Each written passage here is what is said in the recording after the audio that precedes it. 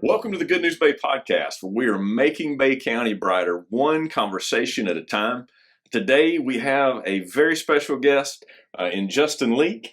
He is, I have to tell you, I wore my fishing shirt today. I thought that I could do that because of who our guest is. He's the host of a nationally known fishing program, and we'll talk about it, but the design of the program is to bring light to all the incredible fishing that is in this community. And so I have looked forward to bringing him on to talk about some things that we love. Like really part of what excites me about this is I not only get to talk about Bay County, which we both love and I get excited about, and the good news there. We also get to talk about fishing, which I also love, and we may get to talk about faith a little bit. So it's like the great trifecta. Thank you for joining us, Justin. You doing all right today? You bet, Steve, man. I am. I'm excited to be here. I really am because, like you said, if we're going to talk about faith, fishing, family, food, and any other cool thing that starts, never mind. That is what I want to talk about. And I just realized when you said this about our show, how similar our mission is with what you're doing right here. I literally have not thought about and drawn that parallel. I mean, I know that they have a lot of things in common, but the mission behind our show is to show people Bay County, Panama City Beach in a good light. Right. Because you watch the news, there's a lot of other stuff on there that, is not great, not happy, not exciting. And you may think that, it's not the coolest place in the world to live, but that's wrong. Because, let's face it, we got it going on. Whenever we do, Bay County's got a lot to offer. And part of why I wanted to have you on here first part of the year is not just because it's the beginning of a new season for you guys, although it is. It is. But there's lots of good fishing going on right now. Yeah. And even though it's still kind of hunting season and all that kind of stuff, it doesn't mean fish can't be caught. There is. I do get a little stretched out between the two right now. But. I know you do. I know you do. Listen, I don't want to miss out on your family because you're a married fella. Angie is your bride, who's also an avid fisherman when she can be. She is, yeah. Matter of fact, when we first met, she was just always into the outdoors. She's from out west. She's from Utah. Yeah. So their fishing obviously is a lot different. And when she lived out there, she didn't fish very much. I had a lot to do with introducing her to our style of fishing, especially saltwater fishing, inshore stuff. As a matter of fact, her first trip here, I took her cobia fishing, and this was back in the day. This is almost 20 years ago, when cobia fishing was still really good around here. And the first day I took her, she caught one 60-something pounds. And, she just thought that's how it was going to be. This was spoiled. easy. But, this huge fish. And but one thing I won't ever forget was a bunch of dolphins came up beside the boat. And the water temp at that time is in the high 60s. But by our standards, cold. It's right. Late March. And she just bails off out of the tower and dives in the water with them. And went swimming with the dog. I was like, yeah. So we hit it off pretty early. Just, I like that kind of free spirit. Let's be outside and play. Well, you got two boys. You got Austin and Jackson. Yep, Austin and Jackson. They both are outdoorsmen. They are. Austin, just a few weeks back, your oldest, he killed his first buck, right? He did. He did a pretty nice 8-point. We have a place in South Alabama that we hunt. That was not a local deer here. I grew up hunting, I guess, this whole region, around from South Alabama till, some areas we hunt are 5 minutes from the church right here. Right. But, or maybe 10. Really? 5 minutes? Yeah, we used to hunt, in Southport right across the Bailey Bridge right there. And so I've deer hunted and I guess hunted everything in this region. So naturally my kids, I'm going to introduce them to it. I don't push it much, but. I was talking to you earlier about, because I don't hunt a lot. But I did get an opportunity to sit in a deer stand with my son on an old farm in Alabama where my family's at. And I got to be there with him when he shot his first deer. I didn't know. That's awesome. And you had indicated that you were there when Austin a few weeks ago shot it. There's something special as a dad about being there that moment. Yeah. And I know that there are a lot of probably guys, old and young alike, and maybe even ladies these days too, that sat in these condos or whatever they call these blinds we sit in, these shooting houses.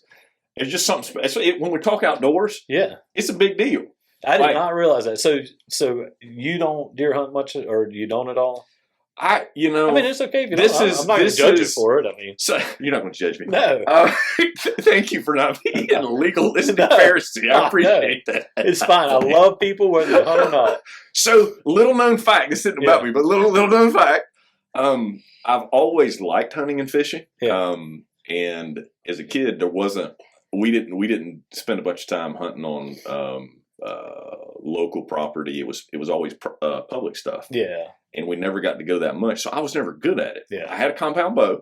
No way. Yep, I did. I have had several actually, and still have one. I just hadn't shot it in a while.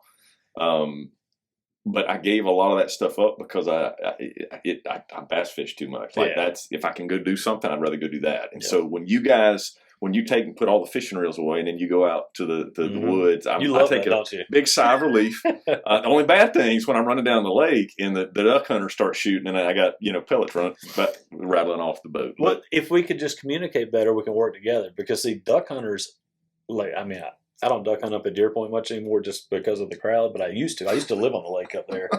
For that reason. Yeah. I lived there for duck season, and I hunted every day. And then you got where you had to get up at 3:30 to actually get to the lake. No, I don't mind that. But I love that part. I love watching the sun come up. But I used to love nothing more than about 8 o'clock. The birds are not really flying anymore. It's getting slow.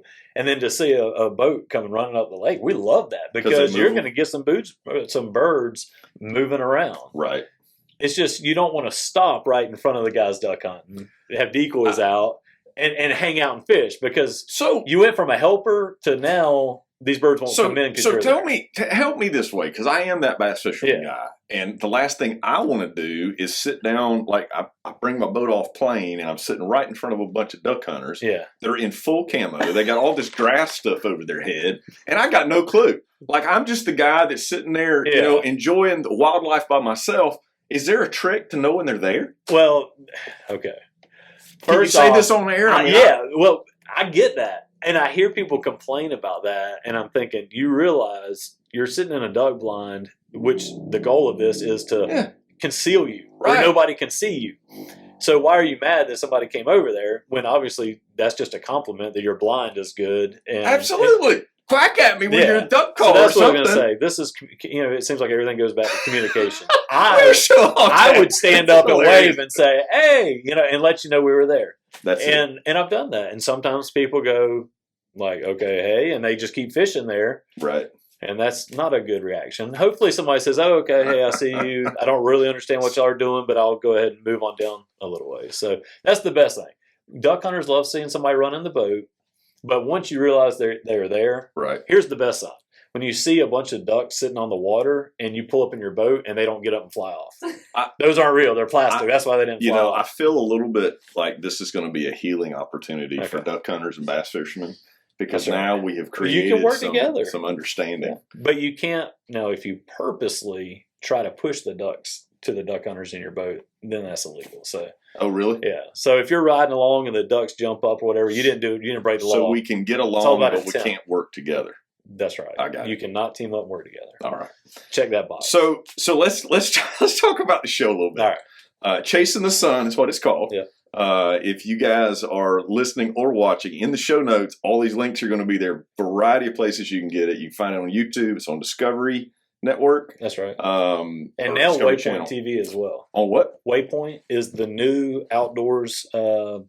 It's a brand new thing. It actually is not even on there yet. I think that drops on like February 10th or something.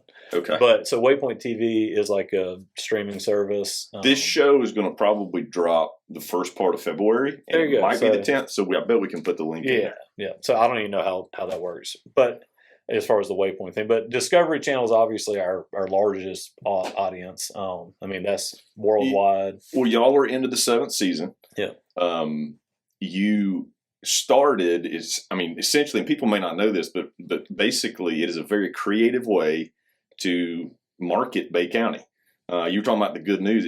Bay County is an incredible resource, and people don't always realize all the amenities that are here from the fishing side. Yeah.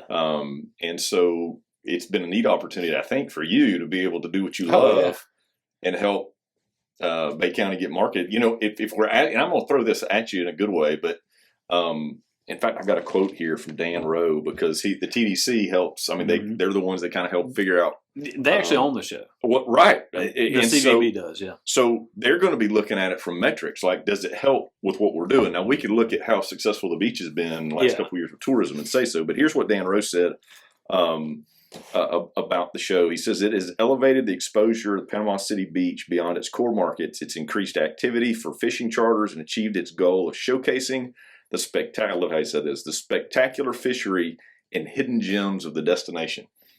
I mean, that makes I can't say slick, it. Yeah, I was say I can't say it near that fancy. Yeah, but that's exactly what I believe. So well, yeah, so that's the truth. So this season's a little bit different. You had a co-host for several years, right? In Travis Holman. That's correct. And he passed away last year as a result of COVID. Yep. And so starting this season fresh, that's been a little bit of a transition. No doubt. And I know that. Really, even in the opening of the season, y'all paid respects to him, and and then as we talk, like not just about his passing, but also we all have this has hit close to home for all of us in one way or another. I think if it hasn't, you just don't know enough people, I guess, because there's a lot of folks that have dealt with this. Oh yeah, and you and I actually connected. I mean. That's right. I mean, your mama was my chorus teacher, right, Miss Leake? But back in the day, which ages you, by the way. It does. So everybody knows if you have Miss Leake at Mowat for chorus, I know that you're older than I am. You're they didn't have any idea plus. Looking at this. Now listening, maybe they didn't know, but look, I'm sure they couldn't tell that we weren't the same age. I know. But you and I met. Sorry. Yeah, you're gonna make me sound old. You and I met though because Neil Jones. That's right. He basically wanted for me to experience something that you do that's very unique. Like apparently the tarpon have been here for quite a while. Yeah. But Neil's son Tyler passed away of COVID as well. And one of the very special memories that they have was of Tyler getting to catch. They went on some incredible adventures together. But he got to catch a tarpon right off the beach. Yeah. And I didn't know. Like I've been here a long time. I didn't know that was a thing. And he showed me that picture. I'm like, where did that happen? He's like, well, Justin Leake takes people and they catch tarpon. And so you said those tarpon have been around here for a long time.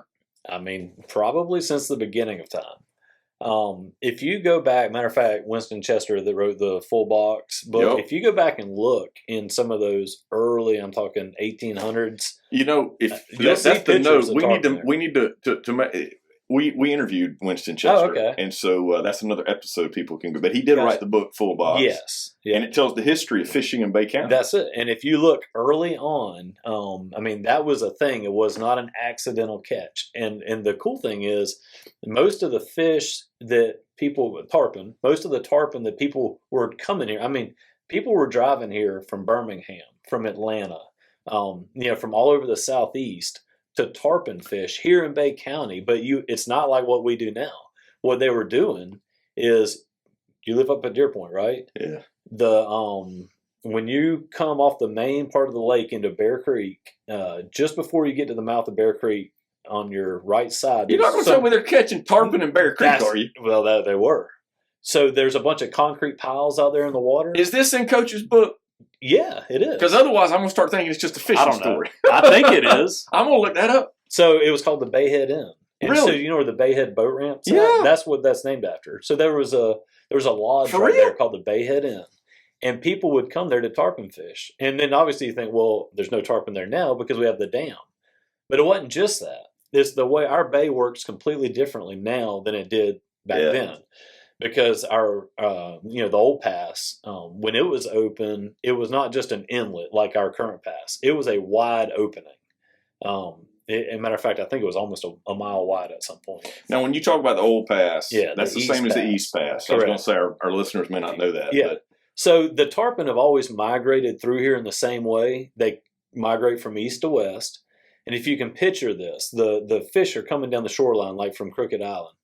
And then the old pass flowed straight into our bay to like Tyndall, to like Davis Point. So those fish followed that shoreline right into our bay. And then they would work their way all the way up the bay, all the way up to where all this fresh water was coming in the bay. I mean, there was tons of bait. Anytime you have a lot of fresh water, like in a river mouth, you look in the largest menhaden fishery in the Gulf is in the mouth of the Mississippi River for a reason. That's where all the menhaden are. And so that's where you used to have these giant masses of menhaden up there. So these tarpon would work their way up there, and that was where they would fish them. Now, it's changed a lot. That pass is closed, so those fish can't come into that pass anymore. Right. They don't really like coming in our current pass because it's deep, jettied, and it's perpendicular to the bank. It doesn't flow down the bank. And if you really learn how tarpon swim, they love to follow edges, and they like a smooth edge to follow. And so we don't have that anymore. So what they do now is they just skip right on by our bay and continue on down the beach, which is why we fish them out there on the beach now. But those fish have always been here. Interesting. I just learned a lot. We almost dove off into politics talking about opening the old pass. We're not going to do that. We don't need to. But there is a feasibility study being done somewhere. And I support that 100%. Well, I don't know what they will or won't do, and I'm not weighing in, but I will tell you that if they do decide to open the old pass, we'll have to bring them on and talk about Good News Bay. I would love to sit down. Whoever's building that and designing it, please let me have some input on it, because I spend my life out there watching how this works. And if we would have it flowing in a certain orientation, it could be pumping thousands of tarpon into our bay. Well, I think bait and clean water and all kinds of cool stuff. I'm convinced you know a lot about tarpon. That is impressive. And I don't feel like that a lot. I've got some days I do, some days I don't. I'm having to focus here, and this is way more difficult for me than normal. So as we talk, the show itself is incredible. There's a guy that is in your third episode this season. You hit it strong and quick with January, right? And so you've got a couple episodes out already. And Meredith McCord is somebody that is on a couple of the shows. Before you got to Meredith, though, you had a local guy by the name of Fred Myers, who is. Gosh! Now I know y'all smack talk. I've learned that y'all talk at one another a little bit about the competitive side. But let's just pretend for a minute that both you guys are from Bay County and we're wanting to encourage we're not others. Going to pretend that part. That's true. It is true. Yeah. And he's a pretty well renowned tournament red fisherman, right? He is. Okay, so I'll give you me and Fred and as quick as I can. We're already halfway in, so we're going to spend the rest of the show talking about Fred. No, we're not. Good. Cut me off. So me and Fred, we grew up. Actually, we both went to First Baptist as kids. He's a little older than I am. He's probably about your age. I'm seeing a trend. Everybody's older than you. I know you're right. I don't know why that I'm is. just playing. I like to hang out with people older than me because it makes me feel really good about myself. That's good. Nice and young. So y'all go back to First Baptist. We do. And we just, we hit it off because we were both, I get it. A lot of people like the outdoors. I like the outdoors to a level where it's not healthy for a lot of people. And, how many guys are getting in trouble on a regular basis because they fish too much? A lot of them. Well, there's a term out there called fishing widow, and it's about wives whose husbands are always gone. Well, there you go. That I get it. So that's not healthy. Then it's not healthy. So there's people like me that realize that I would be that unless I just made that my profession. And then that way, you kind of get away with a lot when it's what you do for a living. It gives you a good excuse. Let's be real. As long as I'm making money doing it. Listen, I'm gonna help you right for my here. Family. We're going to reframe that. Sorry, this is supposed to go back to Fred. No, I know. We'll get back there. But we want to teach wholesome values and in marriage advice, right? You have found a way to take this love of fishing. It is producing for the family, so you can do it during the week within time constraints, etc. It provides for the family, but then you don't have to be gone away from your boys and your sweet bride all the time in an unhealthy way. Yes. So it's a good thing. That's actually, honest. That really is. I didn't know that's where you were going with it, but that is, and it wasn't always that way. When I first started guiding, which was a long time ago. There's a spiritual principle in what you're saying. Is, and I'm getting there. Trust me. Go for it. When I first started guiding, I was so set on proving people wrong because I can tell you my parents did not want me doing that. I told you earlier, the only reason I went to college is because my mother made me. I did not want to go. I didn't want to be there. I actually dropped out one time and did go back and finish. But I did not want to do it. Listen, Miss Leake, what he told me he wanted to make his mama happy. I did. Dude, that's what you should tell her. Not that well, she knows. You wanted to make you. That's a she good knows thing, why man. I went back was to make her happy. But you wanted to prove it. That's it. So when I basically went off on my own and said, I am going to start a guide fishing business here, I didn't really have anybody in the industry that was going to help me out. I didn't want to follow in anybody's footsteps. I knew a lot of people in the charter industry and the private boat industry, but I wanted to do it my way. I knew what I like to do for fun, and I thought if I have this much fun doing like inshore stuff, light tackle, fly fishing, all that kind of stuff, if I do that for fun, then I just need to teach other people how to do it because it's fun. I mean, to me, it's way more fun than a lot of the other kinds of fishing we do. So it was a new kind of business concept of how I was going to run my guide service.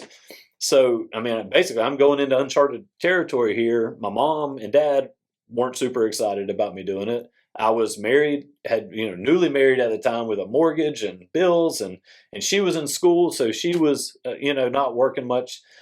So there was a lot of pressure, and I went in, and I was determined to make it work. And so by doing that, I ran every trip I could, 7 days a week, Sundays, 2 trips a day, 3 trips a day. It didn't matter because I was just trying to make it work. Yeah.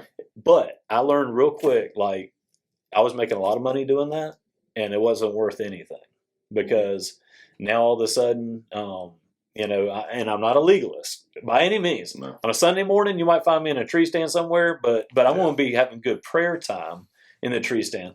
Those Sunday mornings when I was running a trip, yes, I was on the water, but I was not having good prayer time while I was fishing, running charters. Right. So early on, after about 4 or 5 years, I started taking the week or Sundays off and didn't run guide trips. And then that's when my kids were babies. And then once they got just a couple years old, I realized like the weekends need to be with them. And so now, I guess for maybe 10 years, I've run Monday through Friday, fish 5 days a week. And obviously I could make more money fishing through the weekends, but it's not worth it. Well, it sounds like God's really blessed you. Yeah. I also know, because I've done a little research on you, went on your website, Panama City Inshore, which is the name of that's the name correct, of your guide service. There's a number of you. I mean, you've got guides at a number in your company, and the links will be there for people to go there. I'm just going to go ahead and say, because I know you're Pro-Bay County in general. Yeah. We'd be remiss not to say they can go to Panama City Inshore and they can find some phenomenal trips, including. If there's not too much rain, they can find one of those tarpon trips, right? Oh, yeah, definitely. But there's also, because you really advocate for all the fishing industry in Bay County through the show. I mean, if they go to that website, they're literally, they can go there and find every any charter boat and fishing guide in the fleet is on there. And that's one of the things I wanted, because there's a lot of new people to Bay County that are trying to learn what they need to know and that kind of thing here. And there may be some that are wanting to get into fishing because they know the fishing's world class. Well, there's a couple of ways they can do that. One is they can call you and they can get a trip. Another way would be to go on the overall website. Yeah, visit Panama City Beach. Visit Panama City Beach, and there's a whole list of all the charters, because there's a bunch of them locally. I wanted to give a little shout out to a couple of local guys. Okay. If I can, because I know Florida Water Sports is a sponsor of Chasin the Sun. Yep. And they have lots of tackle and bait and all that kind of stuff out there. Somebody that's a friend of mine, I know a friend of yours as well, is the guys up at Howell Bait and Tackle. Oh, no doubt. Ricky Snellgrove loves the Lord, and awesome guy. But if you aren't from Bay County and you go to a store like one of these and you say, "Hey, I'm new to the area. What's biting? What do I need to do?" They'll get you. I mean, they sell the tackle and stuff, but they can give you local knowledge you're not going to get at Walmart, right? That's exactly right. And if you're ordering stuff online, you're not going to get any of that information. And I don't play favorites with tackle stores. I know the owners and the people at all of them, and we have the best people running these stores. And that's what makes those places. If you walk in there to any of our tackle stores, but like you were saying with Ricky Snellgrove up at Howell Tackle, or Jared that works there, you walk in there, you don't have to go find somebody and ask them for help. They're going to ask you what you're looking for. They're going to ask you what you need. And if you don't know, if you're new to the area, I do get how it's overwhelming, because we have so many, whether you're freshwater, saltwater, inshore, offshore, bass fishing, little sandhills pond, brim fishing, or whatever it is, Yep. there's a lot of different options. But if you walk in one of those stores and ask those guys, they're going to put you on the right bite. Well, and I'm going to tell you, I've got a healthy respect for guys that do what you do. I mean, people at times I talk like I love fishing. I do love fishing. But it's not easy to help somebody else catch a fish because it is complicated. I mean, you think about all the different pieces. And so, hey, where can I go fishing? Well, then you got to say, what species am I after? And where do you have a boat? Do you not have a boat? What's the tidal stuff going on? I mean, there's a lot of pieces to that. Yeah. But some of these people, we'll put the links up there, but Half Hitch is another one. Bait and Tackle, they got several locations. And I think it's healthy for people to know that these are opportunities that they can have with their family and make some memories. Some of you may be locals and just know that you can also get your family on a boat somewhere so they don't stay with you all week long. They go to the beach, and then maybe the guys for a day or whoever wants to go can go for a charter trip. Yeah, something on that same thing is enjoy the process. I mean, that to me is the biggest part that the newer era of fishermen are missing out on, or hunters, doesn't matter, same thing, is the process. And yes, go get some information from that tackle store. Let them tell you where and what they're biting. But what happens, and I hear this all the time, I walked into whatever tackle store. I told them I wanted to go catch a speckled trout. They said, go here, use this bait. They sold me something, probably a piece of junk, doesn't work anyways. But it's a fine lure. And they probably gave them good information. But there's always like you were saying, there's so many minute details to every bite you get and every success you have that you have to fill in those gaps. You have to figure out on what part of the tide are those fish biting there, what angle you're casting.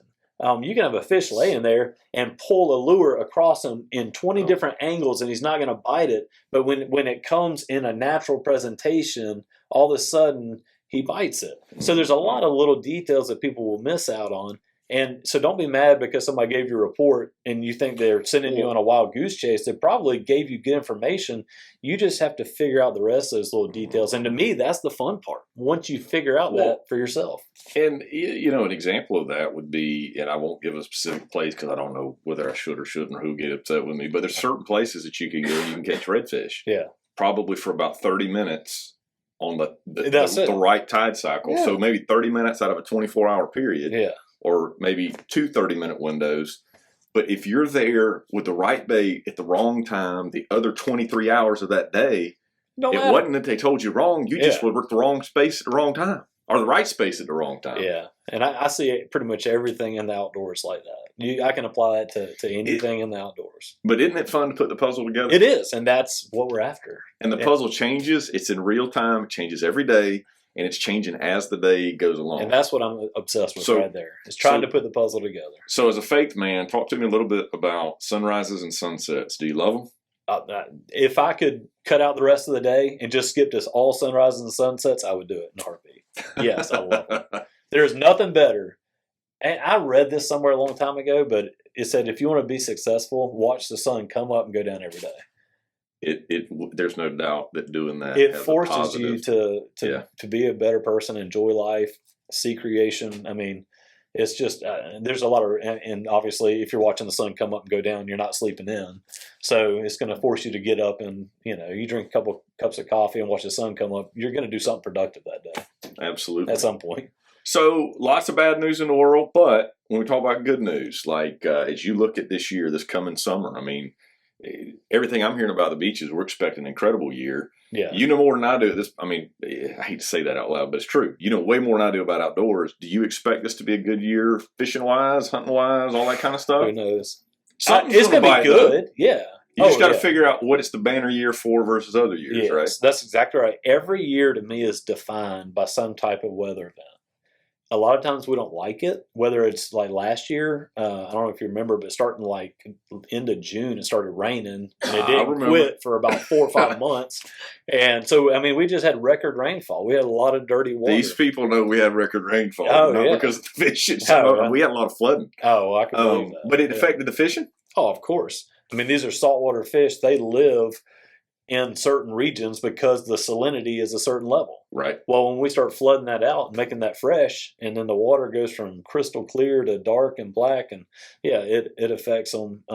It definitely changes where they're at. But like your question of course it sounds simple, but in my head, I could talk for hours about, is this year going to be good? It's going to be defined by a weather event, a cycle, and trying to figure that cycle out and how to adjust to whatever that major weather event is. That's what makes it fun for me. It pushes me out of my comfort zone, and here I am trying to put this new puzzle together. I may say something here that people just don't listen to, but here's what's cool. Like in the freshwater side of things, we look for, when does the spawn start? Is it started early? Is it going late? There's generally going to be a mayfly hatch. Guys that fish up at Seminole look at a shad spawn and a bunch of other things, but there's a yearly cycle. Yeah. And whether you're early or late, depending on the weather being warm or cooler, how much rain, all that stuff's part of it. And there's probably some different factors on the saltwater side. Yeah, there is. Real quick, because we are going to have to shut it down. These folks, there's some folks that now are excited. They want to go catch some of these fish. This will be dropping mid-February. February to say spring break, which is going to be in the March time frame. What's going to be... What's going off? That's one of my favorite times. I shouldn't say one of my favorite times. Every time is my favorite time. People always say, what's the best time to go fishing? Whenever you can, just get out there. Absolutely. But that's a cool time because, like right now, I didn't think we were going to have a winter. And then all of a sudden, we got hit with some legit cold. And every year, it seems like mid-February, you get this little false summer. And we get a good warm-up. And that is going to trigger a lot of fish activity. Like for me, that's where a lot of these fish that have been hunkering down in deeper water, especially through our bay system, that water temp's going to raise, 5-7 degrees over the course of a couple of days. And so I'm going to be on the flat somewhere. I'm going to be in really shallow water. So you're saying the flats, that means in the bay. In the bay, in a foot of water or less. You're not going to be catching sharks or grouper, no, right? I'm going to be red fishing. Red fishing. Which, before we get out of here, we got to get back to Fred. Okay. We never finished with Fred. No. Okay. Tell me about Fred. See, I know we're supposed to be checking in and see what we were supposed to talk about. Yeah, I didn't even see it. I just remembered because what got me on that was... Give Fred Myers a shout out. Well, what got me on that was talking about the weather and how it's going to affect the fishing this year. And it's going to be, every year has a different weather event that defines how we fish. That's what made Fred Myers is one of the best, if not the best, tournament redfish anglers in the world. He's a local guy. We grew up in church together. We've hunted and fished together all over the place. Right. And we've fished together as a team mostly. Me and Fred went on a pretty good little hot streak, winning redfish tournaments. And we've had a great experience fishing together. It was kind of funny, right at the end of our little career together, we actually started fishing against each other. And it was equally as fun. And trust me, we get along so good. But Fred was the one that made me understand this concept in fishing. And it all ties back together. Okay. I like to sight fish. I'd be a little bummed out when we had a tournament coming up and there was bad weather. Rain, wind, a big weather change, temperature change, something like that. Because I'm thinking, oh man, the water's going to get dirty. We can't see. When you say sight fish, I know what you mean, but you're saying that you see a fish moving, you see him on the top somehow, and you throw to that fish. We wear really good polarized lenses. We try to get up on a high platform where we can literally see into the water. So sometimes you'll see a tail or a push, just something that gives away that fish's location, but mostly we're looking for the actual fish. I want to see his pec fin sticking out. I want to see which way he's looking, If he's favoring to his left and he keeps watching over here, I want to make sure I pull my lure down that side. So I want to see those kinds of details. Well, when you have, clouds and rain and all that, you can't see that. But Fred was the one that made me realize that when you have bad weather on tournament day, if you do it more than any of these other guys, it actually plays in your favor. Because when you do have those perfect days, we all love it because it's easier for everybody to fish. But when you have those rough days, those windy days, cloudy days, and you're still able to pick those fish apart, you can't see the whole fish, but you can see the glow of his tail or just these little clues that give them away. You're going to catch things that most people wouldn't see, and it gives you a little bit of an edge. And a lot of those tournaments that we fished in really tough conditions together, those are the ones that we would win. So, Fred. Well, that matters too because he's in episode 3. If they want to hear more about this guy, Fred, they can go watch episode 3. Oh, that's right, yeah, on your show. Yeah. Oh, I thought you were talking about on the podcast. No. I was like, I had interviewed him Yeah, there you go. There's a teaser for you. Well, if you're going to interview Fred, I'm going to have to dog him a little on this one because I know he's going to get me. So, man, I got to let me round it back out so they can go catch redfish on the flats. Yeah, and be like Fred Meyer. Yeah, they also can catch trout. Yeah, is that going to be a fish in the next couple of months? Oh, definitely. So I actually like trout fishing better when it's like right now cold before that warm up. And the reason is those trout will stay. They're more temperature sensitive. A redfish can handle a lot of ranges of temperatures. A trout can't as much. So they're going to stay in some of those deeper, darker, muddy bottom bayous and try to just stay warm. So what that does is it's going to concentrate on when it's really cold like this. Once it warms up a little bit, some of them are still in those bayous. Some of them are starting to move out. So they're basically not as concentrated. Cool. So for me, trout fishing, I like extreme cold, extreme hot. It's going to concentrate them.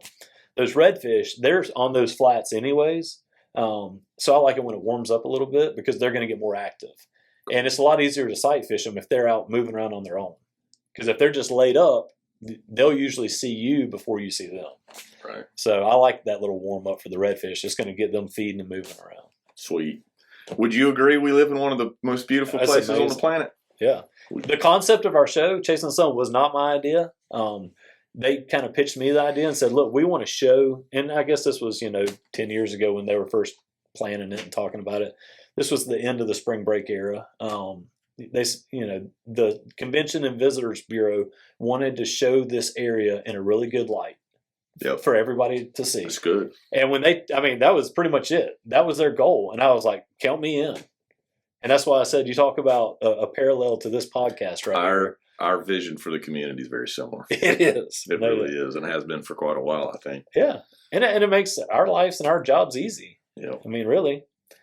Justin, thank you for coming on and being on the show and sharing so much information. Really, being wide open. You said you would be, and you have been. We've kind of been off the chain, but it's been fun. Good. And I hope we get to have some more talks about fishing in Bay County and faith. All right. Thank you so much for joining us for the Good News Bay podcast, where we are making Bay County brighter one conversation at a time. Please help us share this good news and change the conversation by liking, sharing, and subscribing to the podcast.